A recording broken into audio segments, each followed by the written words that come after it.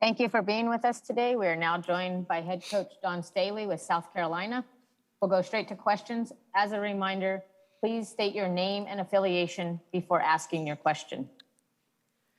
Our first question will come from David. David, please unmute your microphone and ask your question. Hey, Dawn, it's David Cloninger with the Post and Courier back home. Just a couple for you today. One, could you just talk about the unselfishness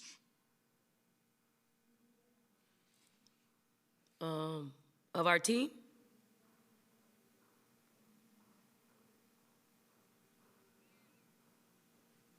David, are you still there? Looks like we're having some audio difficulties with him. We'll go to our next. I'll just try to answer what I thought he was asking. If he was asking, is that you, David? Yes, ma'am. Can you hear me? I didn't hear the last part of your question. NIL legislation's been a big topic lately. What do you think about players maybe someday being able to profit off of their name, image, and likeness? I mean, the talk is a hot topic now that everybody's together at each tournament. I'm for the student athlete being able to use their name, image, and likeness. How they go about doing that and how we go about legislating that, that's way above my pay grade. Our next question will come from Elliot Allman. Elliot, go ahead. Hi, good morning, Dawn. Thanks for taking questions today. You were there in '92 when Tara last won a title.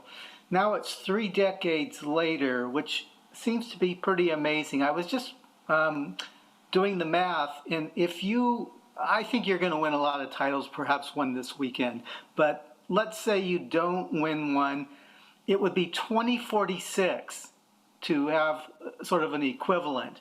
It would be that long before you would be able to do it again. What does it mean that Tara, is still doing this? Is it kind of remarkable as a young coach coming up? What do you think? For Tara and all the coaches who have dedicated their lives to growing the game and impacting young people as they have. It says that they're doing it for all the right reasons. There's no way that a coach would stay in a profession that they didn't reap some inner satisfaction, being a dream merchant for young people. And I'm gonna let you know, you said 2046. I won't be one of those coaches that stick around that long, but I will show my gratitude to those who have stayed in the game this long. I applaud them. I do want Tara to get another national championship, just not like in 1992 at my expense. Our next question will come from Lindsay. Go ahead. Hi, Dawn. Lindsay Schnell at USA Today. I wanted to ask you about Haley Jones from Stanford. I think she's a positionless player. She can do a little bit of everything for them. And I wondered, in all your years of both playing and coaching, does she remind you of anyone? A couple people have said she's Cheryl Miller.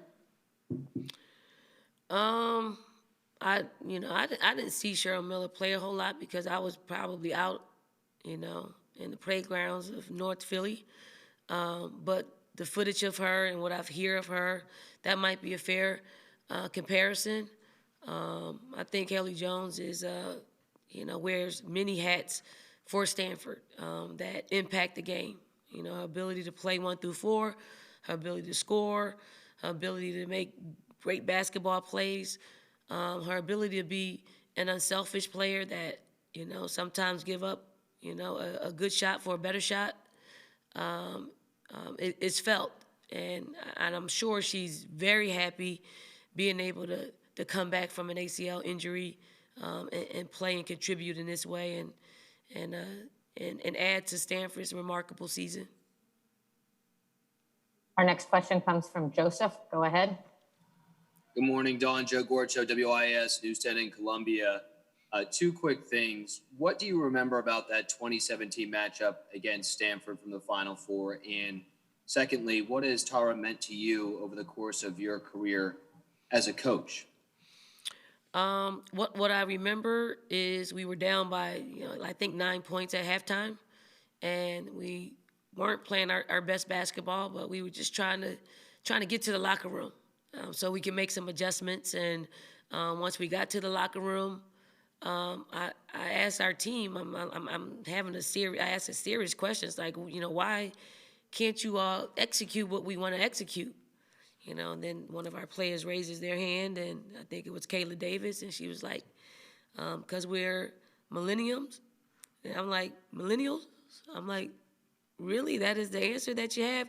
And we all kind of laughed, and, we broke it down, huddled up, and came out and, got into their lead, and then eventually ended up winning the game.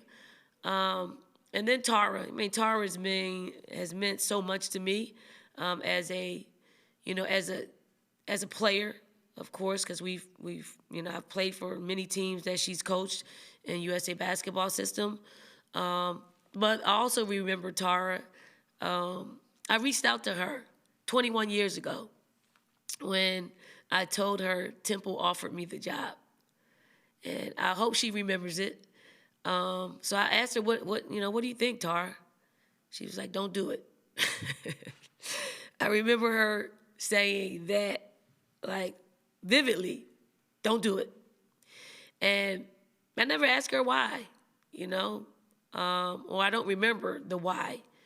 But when she said that, it was an immediate, like, it was magnetic. I said, I got to take this job. And for me, I need some type of chip. And I think Tara saying that gave me a little chip on my shoulder to kind of prove her wrong. But I don't think she was saying it, she wasn't saying it because she didn't think I couldn't be successful. She was probably saying it because she knew that I was going to continue to play professionally, and she was saying it because she knew the dedication and the work that goes into being a head coach, because she had done it for so long.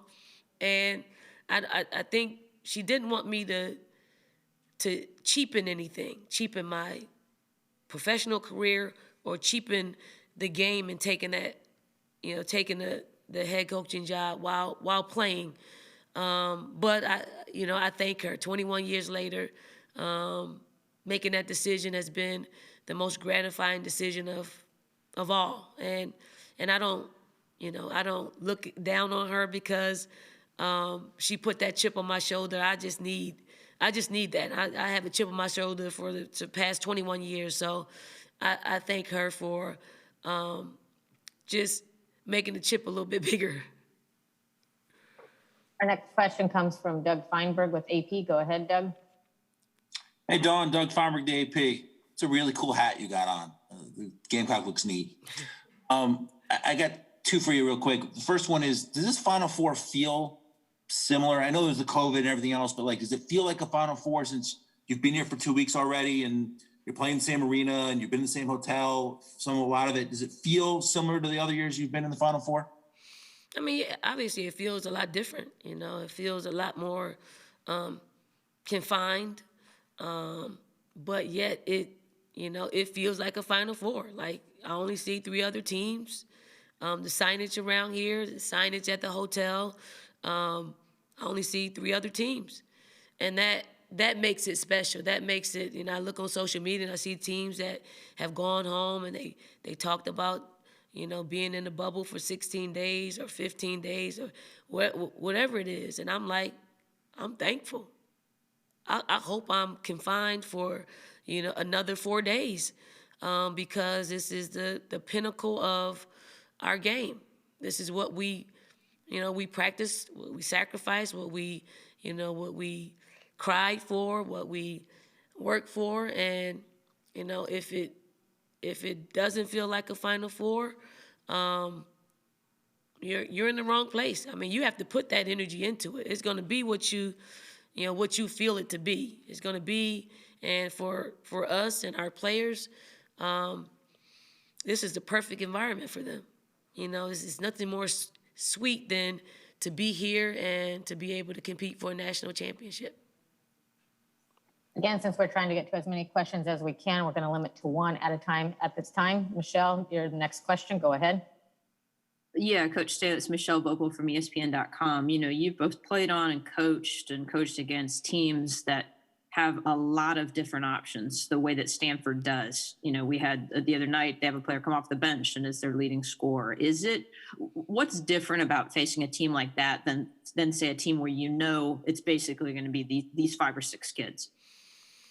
I mean, you can't look at it as, you know, the depth of Stanford. You can't look at it as, you know, they're going to spread you out, and you can't look at the cumulative stats, and you can't look at, you know, how many threes they make. You have to look at what you need to do to disrupt that, and that's how we're approaching it. We have to have major disruption, and let the chips fall where they may. You know, you get 2 days to prep for a team like Stanford. You better concentrate on conceptually what they like to do. Because you can't, you know, they have so many options and so many options in all of their sets that if you try to methodically go over all of them, you're not doing what you need to do to prep on the other side of the ball. So defensively, we got to, you know, I think we have an understanding of how we want to play them and their personnel and some concepts that they frequently use. And then for us, we got to give it back to them. You know, we do some things that are deliberate and distinctive, and on the offensive end, and you know, we have to try to make sure that they're making adjustments on the defensive side of the ball. Our next question will come from Mitch Brown. Go ahead. Hey, Coach. Mitch Brown, Watch Fox in Columbia, South Carolina. You talked about earlier this bubble making a home on the road. Tomorrow, A'ja Wilson, she's releasing her candles. Obviously, you're in game mode, but she said that she's excited to be able to have all these milestones she's had be the sense of her candles. I'm curious to you, what makes it special to have them in San Antonio being close to you guys while you go through this experience, an experience you shared with her just back in 2017 as well? Well, I think anytime you have a former player, and Alicia Gray is here as well, anytime you have players like that around that really understand, you know, what you're faced with and the mountain that you have to climb to be a national champion, it's always great. You know, A'ja's always on social media. I know our players follow her and they're tuned in to what she's saying. You know, some of the stuff is fun-loving. You know, other stuff is she's dropping little nuggets for them to take and utilize because she's been in this position before. But super proud of her, just being able to spread her wings. I mean, she's not just a basketball player. She's one that gives from the heart, you know, with her A'ja Wilson Foundation. Dedicated to dyslexia. You know, now she's, you know, an entrepreneur and starting a candle business. And, you know, I think for her, you know, she likes the publicity in the, you know, in her game. And, you know, but certainly if she would have given me a candle, I could have been on social media pushing it so it could be sold out by the time she rolls it out. But she's not thinking that way. So A'ja, get with the program. I asked for a candle. A candle should have been here. I should have been enjoying it in my room of confinement. Our next question comes from Mel Greenberg. Go ahead. Hi, Mel Greenberg, One Hoops Guru. Dawn, that trip you just talked about a little while ago with Tara, take you down memory lane to the next step. He went out there with Temple a couple of years later. You know, an unknown team went up. I don't know if you remember the night or not. You went up 17. You were in that game until maybe the last 2 minutes out there. And just to know, and that was your first meeting with Tara after you became a coach. what you remember about that night. I mean, I remember losing, and then I remember Tara asking me to come speak to her team after they beat us. But that's the kind of relationship we have. It is a game, but it's also a game in which you forge relationships with people that, you've been in a foxhole with. I would give Tara my last for just instilling in me some of the things that I utilize today. Her film sessions are, a platform of learning and growing as a player. And now, those habits that she allowed us to make when she was coaching us are, some of the ones that I pass on to our players. So anytime that anyone that meets Tara is going to walk away with something that she said that's so profound, but yet so simple. I mean, Tara is really, she keeps it as simple as possible. Everything that she says is relatable to a 2-year-old, or an 80-year-old, and that her reach is very powerful. Our next question will come from Vicky. Please unmute your microphone and ask your question. Hi, Dawn. This is Vicky Fulkerson from the New London Day in Connecticut. I was wondering, with your team obviously still playing and the U.S. team in town this week, how you're juggling that, and do you just wake up every morning with a million things on your mind? Like how? I was wondering how you juggle all those thoughts at the same time. Well, USA Basketball is here, and we're in training camp. I am not a part of that training camp because we are, we're bubbled up, and we can't really leave our hotel. So, it's in the good hands of Cheryl Reeve and Dan Hughes and Jennifer Rosati. They're doing a great job at holding down the fort. Something they had to do throughout this past few years with me being being the national team coach, and they're forging ahead. They're forging ahead. So, and I really enjoy basketball. A lot of what I do is basketball related, and I take the good, the bad, the ugly of the game because I love it. So the more that's piled on my plate, the better for me. Our next question comes from Dick Cox. Go ahead. Hi, Dawn. This is Dick Cox, Lindy Sports and Cox Sports Broadcasting. Had the chance to talk with Asia Wilson yesterday and ask her any comparisons between her championship team and this team. She said totally opposite. She said this team was too nice. She said her team would have been cussing and hitting each other and all. And I think you did have a problem earlier in the year with this team being too nice. But over the last month and a half, they seem to have adapted that physical play and have really been physical in their games and all. And do you think that got you to where you are now? Our players are super nice. They're just really nice individuals. They have, great parenting. Really respectful, almost to a fault. But then, they're super competitive, much more competitive than the 2017 team. And you tell Asia I said that, I know she's going to say something smart. But they're much more competitive from day to day. Like day to day, they get after it. And then once they leave the premises, they become really nice. But losing is not in their DNA. And they don't like that feeling of losing. So the more games we lost, the better we got. The more games we lost and the way we lost, we had to make a change. And we had to, you have to be able to pivot and, tell your players exactly what's happening out there and what's preventing us from winning and what will prevent us from winning a national championship. And that's when the light comes on. Ding, ding, ding. They're here to win a national championship. That's what they're driven to do.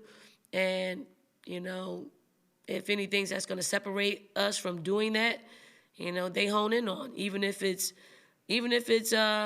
just playing more gritty, playing more physical, playing more together, doing what it needs to be done to to accomplish the goal. Our next question will come from Howard. Go ahead. Dawn, good morning. Good morning. I'm wondering, this specific matchup seems to me like a potential differential when it comes to pace. You guys have played significantly faster than Stanford this year, not top 50 or anything, but I think 93rd overall. Stanford seems to be at its best when it's grinding people down and playing slower, but you've also been playing at a slower pace so far in this tournament. I'm wondering how you view the matchup, within that framework, and what you think is the best way for you guys to come out ahead. I do believe we have to play fast. I mean, we have to generate more possessions in this particular game because Stanford is very patient offensively. They will wait until you break down. They'll give up a good shot, probably a few times in a possession to get the best shot. And we have to stay engaged and locked in and not give up, open threes or uncontested layups. I think we need to play the game defensively with the ball in front of us. We got to always have, because our speed can play a part if the ball is in front of us. And then offensively, we do have to push. We have to push. We got to try to get some early scores because we know they'll probably sag off on some people, on our team. And then we got to set great screens. But we certainly have to have some pace to what we're doing. And, hopefully we can shoot the ball well enough outside the three just to hold serve. Because if they're able to, shoot their average in threes and be as efficient as they are with twos, it's going to be a long night for us. So we have to muck that up and find some ways to score in the paint and outside the three. Our final question this morning for Dawn will come from Doug. Go ahead. Hey, Dawn, Doug Feinberg again. Let's have some fun here. It's April Fool's Day. I know you're a big-time prankster, I believe. What's your favorite or least favorite April Fool's Day joke that you've been hit with or done on somebody? Asia Wilson got me yesterday. It wasn't an April Fool's, but she was doing this TikTok thing where she FaceTimed me, and then she said, I'm busy right now. And I'm like, what? And then she hangs up. And then she has me thinking, like, did I call you? But she FaceTimed me, and I'm like, what? And then she did it to her mom. I saw her. She actually sent me the video where she did it to her mom. And I don't think it went as well as the call she made with me. So she's got to watch out for who she's calling because she could have pranked me pretty good, and I wouldn't have been my politically correct self. So that's it. That's it for the April Fools. Dawn, thank you for your time today. We'll let you go to get ready for your matchup with Stanford. Thank you. We'll next hear from student athlete Letitia Ami here. Please use your raise hand function now for your questions for student athlete.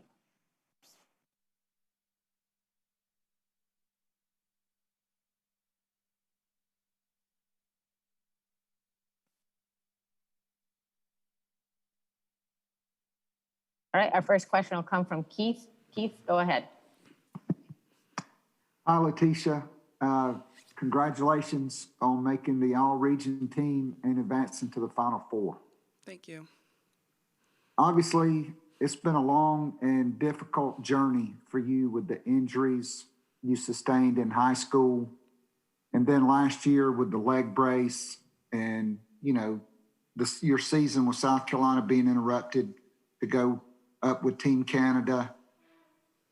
What does it mean to you and all the hard work you put in to get your name called to be on that all-region team and to have a historic night with 9 block shots and 1/2 in a game to propel your team to the Final Four? Can you just talk about, what that moment was like for you?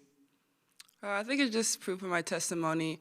Like you said, it's been a rough couple of years, but I think I just stuck strong and kept in my faith, and I think that really helped me get to the point where I am right now. Just trusting in God, because obviously my plans, if I had to choose, would be a lot different than what it is right now. But just sticking the course, and Coach also, I remember when I got injured, she just said, "This is a part of your testimony, and you're gonna have a great story to tell." So after seeing that, it just put a smile on my face, and it just, gave me a lot of hope and perseverance through all the hardship that I went through. As a reminder, please state your name and affiliation before asking your question. Our next question will come from Greg Hadley. Hi, Letitia. This is Greg Hadley with the State Newspaper. I was just curious because you have been to the NCAA tournament back when when you were enrolled early. You kind of have that experience a little bit. How does this year compare? Does it feel, just the overall experience going in with the bubble, does it change it a lot, or does it still feel kind of very exciting to be where you are right now? It's always exciting to be here. It's a lot different. I'm playing now, and I'm also on the court now. So obviously the hype around that is very exciting. But obviously the times are different. But I'm very excited to be here, and it's still a very exciting tournament. Our next question comes from Matt. Go ahead and ask your question. Hey, Letitia, Matt Dowell, Watch Fox in Columbia. There's a lot of emotions that you feel, I'm sure, getting ready for the Final Four, nerves, excitement, adrenaline. How do you guys balance all of that so that one doesn't overtake the other and that you are focused and ready to go when the ball is ready to tip off? Yeah, this is a goal that we set from the beginning of the season. So we're here now, and just being able to look back on the season, all the hard work you put in, you got to trust in that. And when you work hard as our team does, you feel ready for these moments. So obviously we're excited to be here, but we trust in our work. Our next question comes from Rick Henry. Go ahead. Hey, Letitia. Rick Henry, WIS-TV in Columbia. Before the tournament, Coach Staley told us that a player knows when they need you to step up. And the fact that you've been able to step up right when the team needed you most and make some significant contributions, just how gratifying is that for you? It's very gratifying. Just trusting the process. Definitely it's been tough to have ups and downs during the season, but when Coach needs me, when my team needs me, I'm happy that I'm able to step up and give them what they need. Our next question will come from Pepper. Pepper, go ahead. Thank you for calling on me. And hi, Letitia. Pepper Persley with The Next. Coach Staley and Coach Barnes are making history as the first pair of Black female head coaches in the Final Four. What does it mean to you to be coached by a history-making Black woman? It feels great. It's somebody that you look up to, not only on the court, but somebody that you can look up to off the court as well. It's great because as a Black woman myself, looking up to somebody that looks like me is always gratifying, because you look at the trajectory that you can become, and also giving hope to young Black women as well that are looking up in the media and they're able to see somebody that looks like them. It will help them be able to realize their dreams. Our next question comes from Dick Cox. Go ahead, Dick.